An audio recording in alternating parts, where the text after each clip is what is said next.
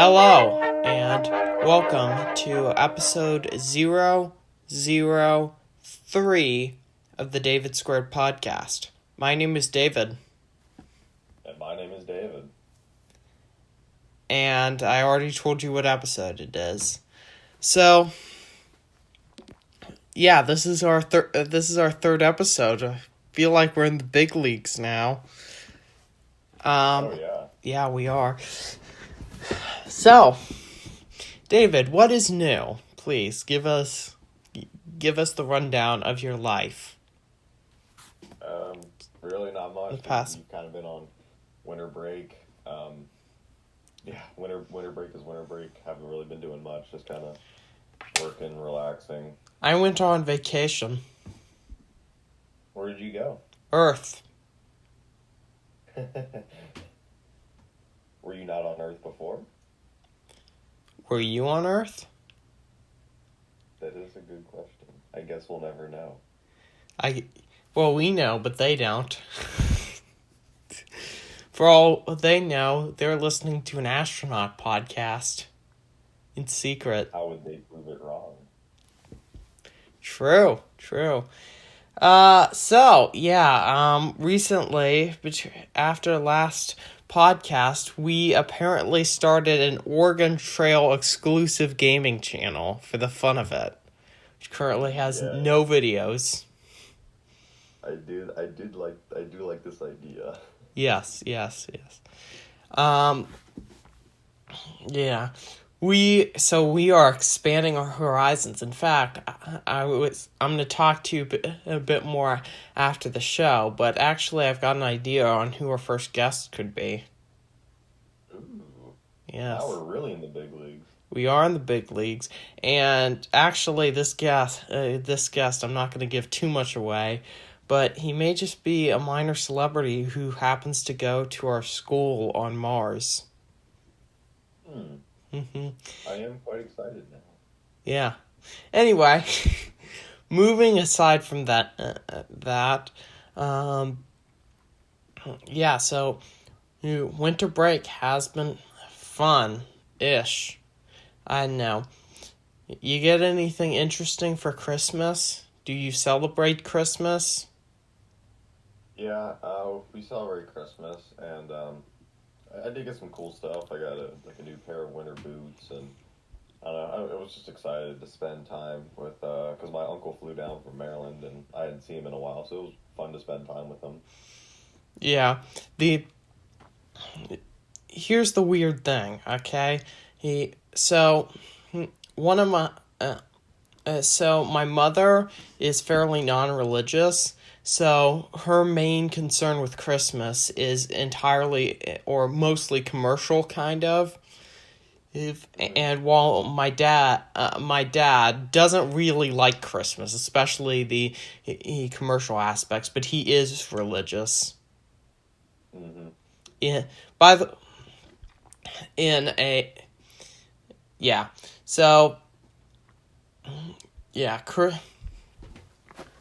Let's see, what did I get? I got a lot of books from, there's a fantasy writer I enjoy reading, and I got a lot of books by him. Which writer? Neil Gaiman. I don't think I've heard of him. Yeah, I mostly enjoyed, so far, he had a book on Norse mythology, which actually will lead into our second topic of the morning, but he also did a book with Terry Pratchett, Good Omens, that I liked. It's actually been adapted into a miniseries on Amazon Prime. I'm pretty sure that's the right thing, Prime Video. What does Amazon call their streaming service nowadays? Prime Video? ? But there's also the non-Prime version, Video. They should call it Amazon Watch. Yeah, that's pretty straightforward. Amazon Watch. That should be the name of it, definitely. That's how Blockbuster Video should have survived. Blockbuster, Netflix, pretty similar business models until Netflix went into streaming and Blockbuster went into not business. Yep. It would have been very interesting to see what would have happened if Blockbuster would have gotten into streaming, because they were huge. Yeah, I mean, I know it feels like in the streaming wars, which is apparently in case our viewers at home don't know, this first 10 minutes is just talking about random stuff vaguely related to our weeks. Then we'll get into the main topics. But yeah, it's weird. Most of the original streaming services that got really big, because a couple years ago, Netflix and Amazon were the big two, right? If you wanted to stream something, it was on one of those two, maybe Hulu, but you could pretty easily find anything on one of those two. Now, I mean, Netflix is fairly major. Amazon's still holding on all right, but now Hulu has blown up. Disney Plus has blown up. Apple TV is technically a thing. Quibi thought it was a good idea for a moment. Yeah. I see a very similar trend with social media platforms. Like if you look way back, it's like the massive one was MySpace. Everyone used MySpace, but now I don't even think the website is up anymore, and it's been replaced by Facebook and what ifs and whatnot. Yeah, well, I think it shows a general trend in social media platforms. Okay.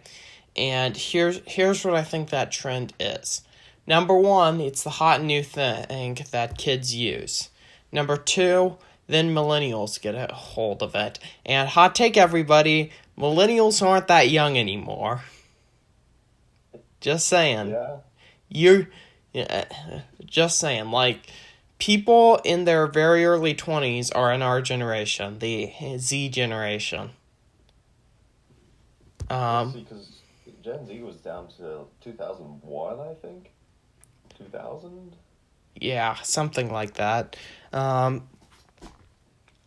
Then after that, it gets in the hands of middle-aged individuals, and Facebook has held on in that range for a while. Actually, I'm not sure that's true, because I believe TikTok went that way too. Oh, by the way, I am woefully uninformed about this topic, so take everything I do with a basket of salt. Yeah. Or everything I say. But yeah, like, what happened? Facebook is nowadays, few people we know use Facebook regularly. I literally use it for Facebook Marketplace. That's about the only thing it's good for. I have no idea what that is. It's basically just improved Craigslist. Ah. That definitely clears it up. Man, I am an idiot about this kind of stuff. You were right about TikTok, though. TikTok, I know that when we were in middle school, kind of that range, TikTok was a very new thing. Everyone was going for it. I never went for TikTok until much later. I never did. Now that I have it now, it's very much like the older generations have gotten a hold of it, but I think it's kind of nice how it seems like TikTok is still staying afloat and stuff like that, even with multiple different generations kind of clashing with their own content. Yeah, I never used it, although, wasn't there like a Vine type thing that was similar to that? Oh, let's see. Vine, the new Vine, after Vine actually went away, was Musical.ly, and that turned into TikTok. Okay. That makes kind of sense. Man, everyone's doing all this. I'm really bad with this stuff. If you can't tell, no, but who knows? Maybe Even though we call ourselves Fresh Junior Moors, I must sound like a senior more. When I talk about this stuff. Yeah, but, I mean, think about 2020, 2021 trends, though. Like, remember when Tiger King was big? Yes, that was really big. And then, like, TikTok, Among Us, all the things blew up and felt like they went away. Like, it was just felt like a month ago that Squid Game was everyone was talking about it, and now no one talks about it. It feels like The fastest trend that I ever saw in 2021 was Fall Guys. Fall Guys was like stupid popular for like a week, and then oh no my one. gosh, I remember that. Yeah, I remember that. And I think let's see. And then remember like all those Bernie Sanders mittens memes too? Right. How those exist. It's crazy how fast trends are born and die nowadays. And I especially blame that on TikTok because the amount of TikTok trends there are per month are mind-boggling.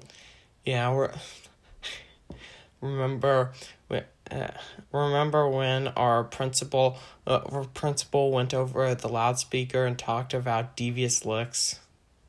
Yes, I do remember that.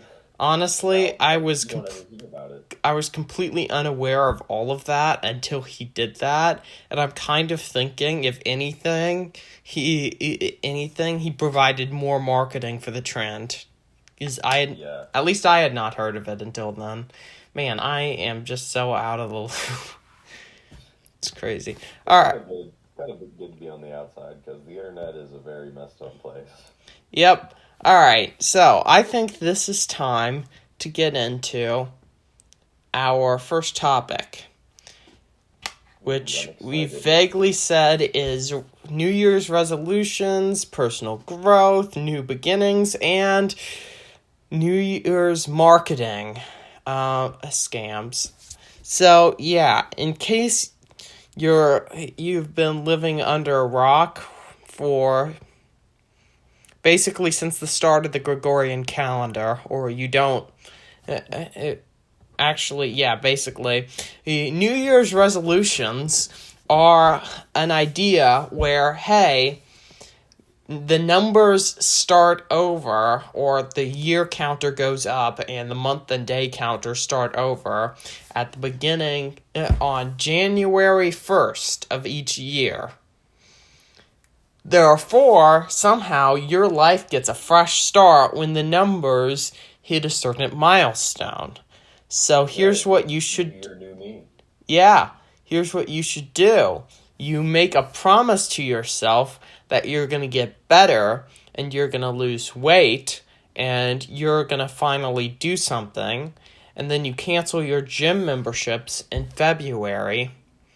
And then you start stressing out about Valentine's Day. And then everything falls apart. I think New Year's resolutions can be a very good thing, but also a terrible thing. I mean, you really see some people just completely turn their life around and do a lot of good just from a stupid New Year's resolution. But you also see just a lot of people that set so many goals and achieve none of them. Well, here's what I think, okay? I think, first of all, setting a specific goal for yourself is very hard because you don't know what's going to happen over the next year.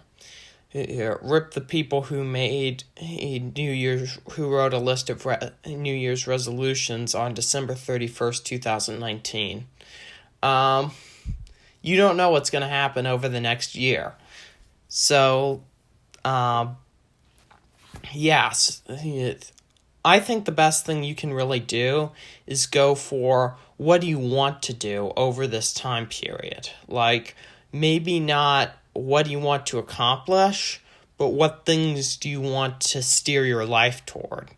Right. Maybe instead of saying, like, I want to lose, like, if you're going after weight loss, for example, I know that's a very common New Year's resolution. Instead of saying something like, I'm going to lose 25 pounds. That's kind of a hard goal to follow. Just say, I'm going to go to the gym every once in a while. That's a good goal to Except you achieve. should probably set what that once in a while is. Right, because that once in a while will turn into once a month.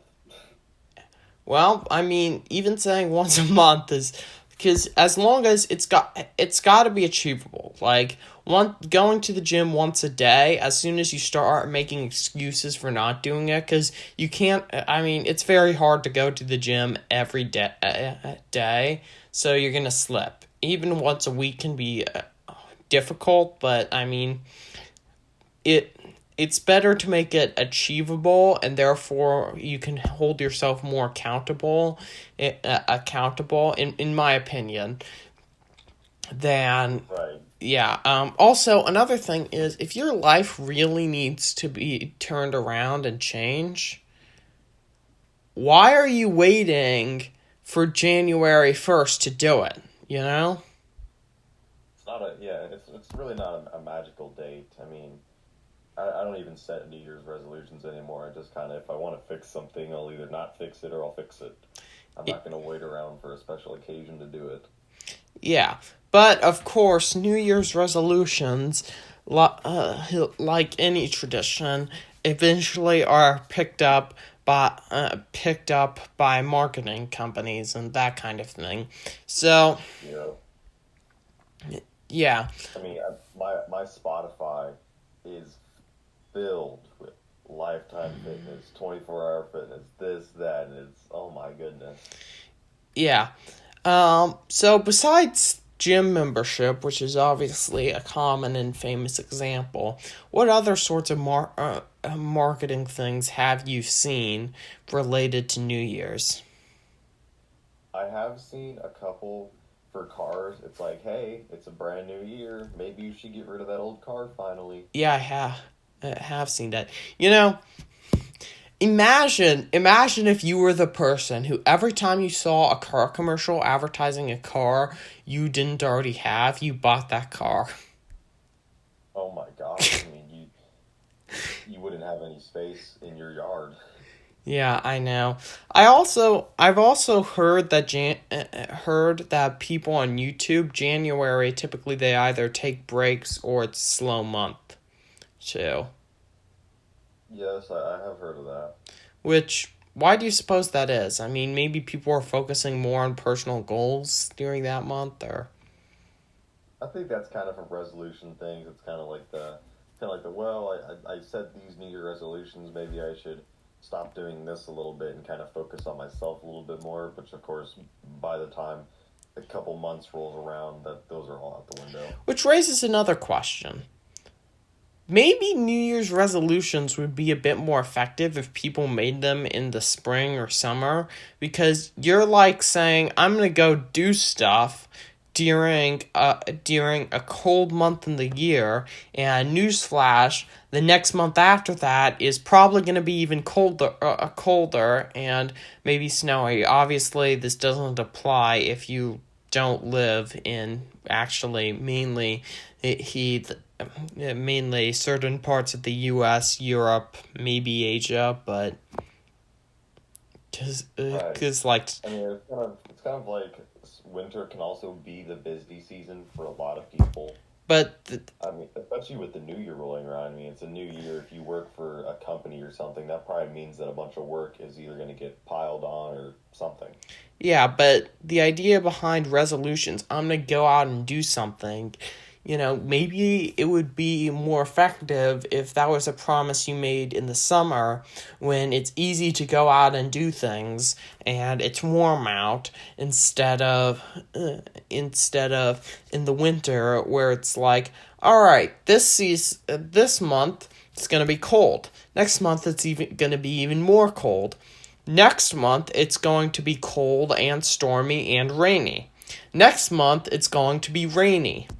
Then next month, maybe you can get something done.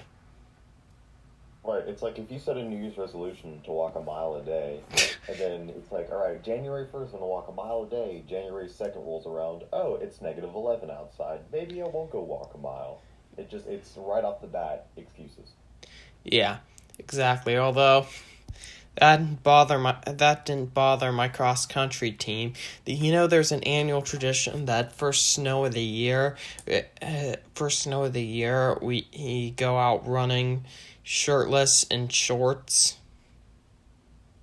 That Yeah, cross country is a very yeah. made up of very interesting people to want to do that. I It sounds fun, but I oh really my. wish I could have gone, but my flight got canceled and it had to be rebooked, and I missed it because of bad luck, and I got stuck in. Darn it! I missed running out in the freezing cold snow shirtless because I was stuck in freaking sunny Orlando. Well, you should do another tradition then of the polar bear swims. I've done one and I hated it. What's that? It's where it's like on a really, really cold day. We're talking like 3. Like, there's a little bit of ice on your pool. You go in and jump in. Why? I don't know. I'm having flashbacks to my old swim team. Anyway, let's see. It looks like the timer's ticking, which means we can move to our next topic. We've talked about new beginnings, resolutions, starting over. Now we're going to talk about the end times and apocalypses. Hey, it's a new year. We never know what's going to happen in this Yeah, year. fun Maybe fact. There's going to be an apocalypse. The old year just got destroyed. You know that old man you see carrying in the new year? Yeah, he's about to expire because he's the old year. He's dead. And and that new year baby, he's gonna live a year. Okay, that's shorter time. That's shorter time than a big dog would. Yeah. So on that cheery note, let's talk about apocalypses. So, when talking about apocalypses, apocalypses, at the moment, there are 3 that come to mind, okay? Number 1 is Ragnarok. I don't think I've heard of that one. So Ragnarok is the Norse apocalypse myth. And the idea is, first, there's an entire year of just straight winter, which actually did happen once because a big volcano erupted, and then a teenage girl who wrote Frankenstein in a contest with her husband and his friends. But anyway, that's a whole other story. But first there's like 3 long winters or whatever. Then there's earthquakes. Those break the binds of Loki and Fenris Wolf and all of these different monsters. And then the fire giants come and they march. And then the gods fight the giants and the wolves and also Loki because Loki's the worst. And they all murder each other except 2 of Thor's sons, 2 of Odin's sons, and then 2 gods that just kind of come back from the dead because why not? And they start over, and they pull 2 humans out of a tree and say, "Hey, you 2, it's your job to populate. It's your job to repopulate humanity. So get busy." There's almost more lore to that story than the FNAF series.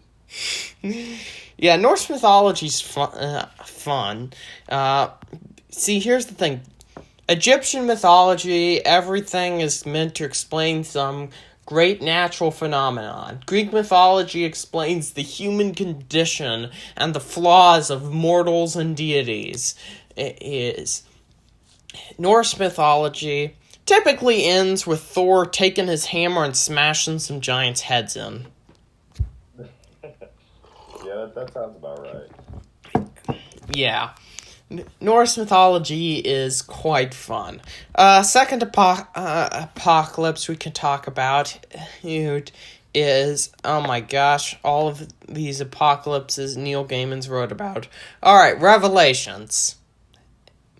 For all of you who don't know, most Christians have this book. It's called the Bible, and it's a very big book, and it has lots of little books in it. And then at the end of that big book, there's a thing where this guy who met another guy who came back from the dead, it has a dream about four guys on horses blowing up the earth.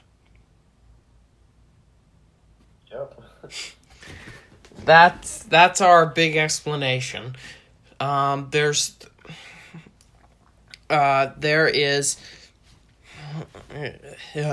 are four horsemen typically.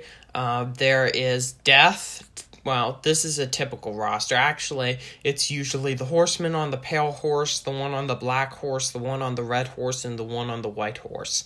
Typically, these are death on the pale horse, famine on the black horse, war on the red horse, and then pestilence on the white horse.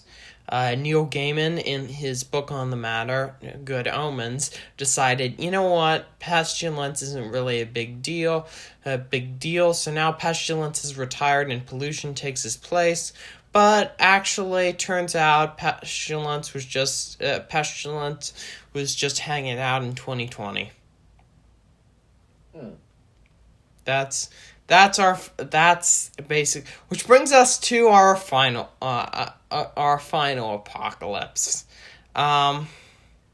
So yeah, a couple years ago, something kind of happened where where some people started getting sick in China. You heard about that, right?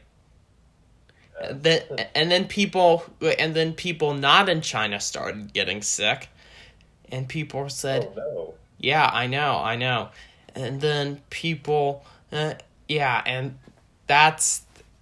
then people said, hey, how about you all just sit in your homes and then you won't get sick? And then there were murder hornets. Do you remember how everyone was freaking out about the murder hornets? About the what? The murder hornets. Oh my gosh, I do. Yeah, that was quite the thing. Man.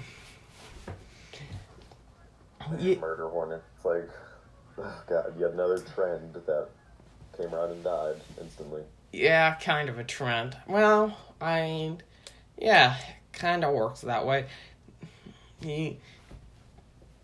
Although, yeah.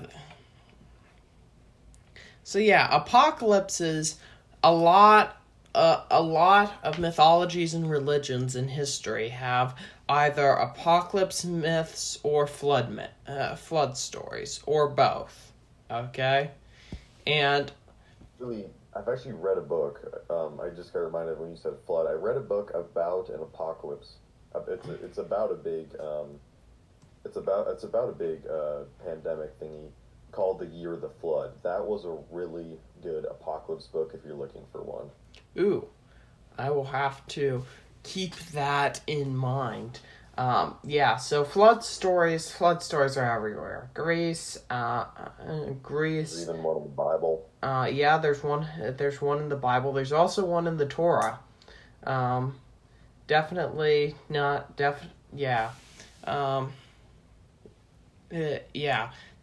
The reason for that is mainly the Christian Bible is kind of the Jewish Torah with a couple more chapters.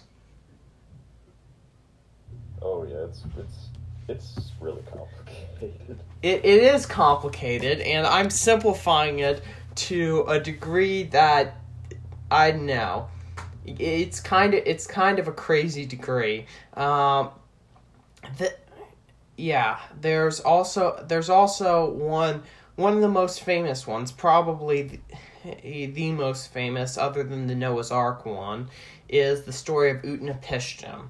It's referenced in probably the most famous Babylonian sort of mythology text, the Epic of Gilgamesh, where Gilgamesh, seeking immortality, finds Utnapishtim, which is the guy who survived the big flood,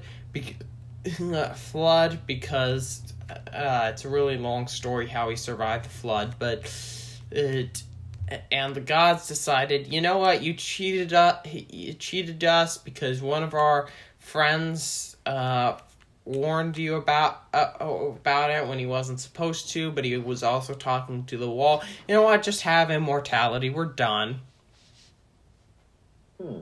Yep, that's definitely the story. Yeah, which actually there is historical basis for. There was an actual Babylonian city that was flooded and destroyed. Oh, jeez. Completely. So, one of the most prevalent apocalypse stories is the zombie apocalypse nowadays. Oh my goodness, there's a million different variations, and it is definitely the most popular. If you think of apocalypse, you immediately think of the zombie apocalypse. Yeah. Obviously, the three main apocalypses of modern day: zombies, aliens, and robots. Yes, robots is a very there's lots of movies about them. For zombie apocalypse, of course, there's the whole Walking Dead series. For I think there was iRobot, I think it's called. There's a lot of zombie apocalypse parodies too, but Right. let's see. There's also for alien apocalypses. Have you ever seen Mars Attacks? I have not. Okay, well, it is one heck of a movie. Okay, I'll just tell you that. It's kind of funny, kind of scary, and it's just a really good time of a movie, to be honest.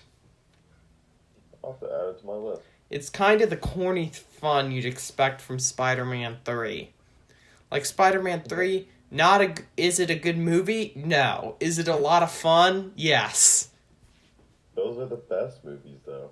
Yeah, the ones that their structure doesn't really work. They're not good objectively, but they are corny as heck, and they're really fun to watch.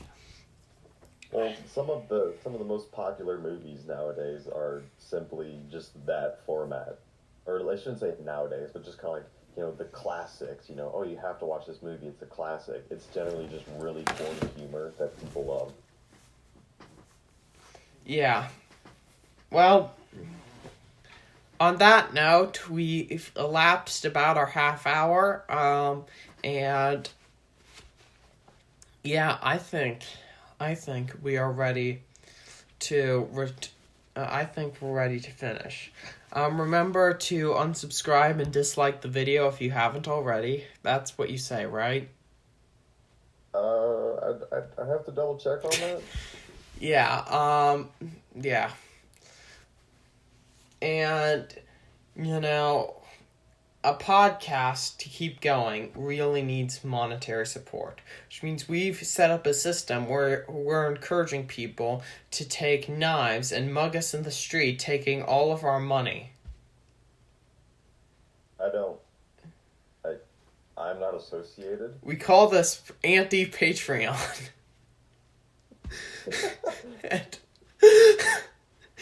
Okay. By the way, these are all terrible ideas. Terrible. But yeah, soon.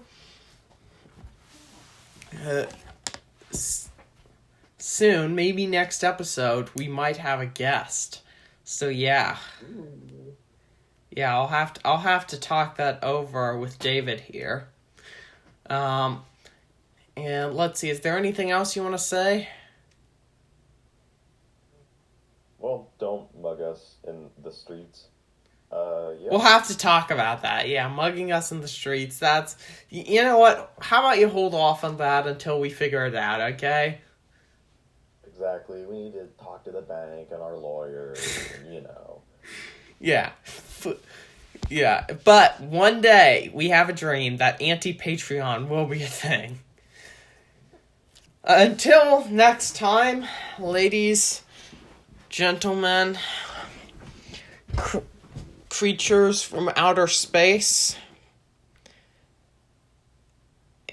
animated rocks that like podcasts, and anyone and anything else that may be listening.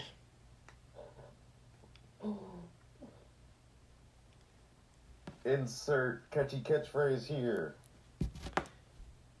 I almost forgot about that. Yeah, until next time, insert catchphrase here.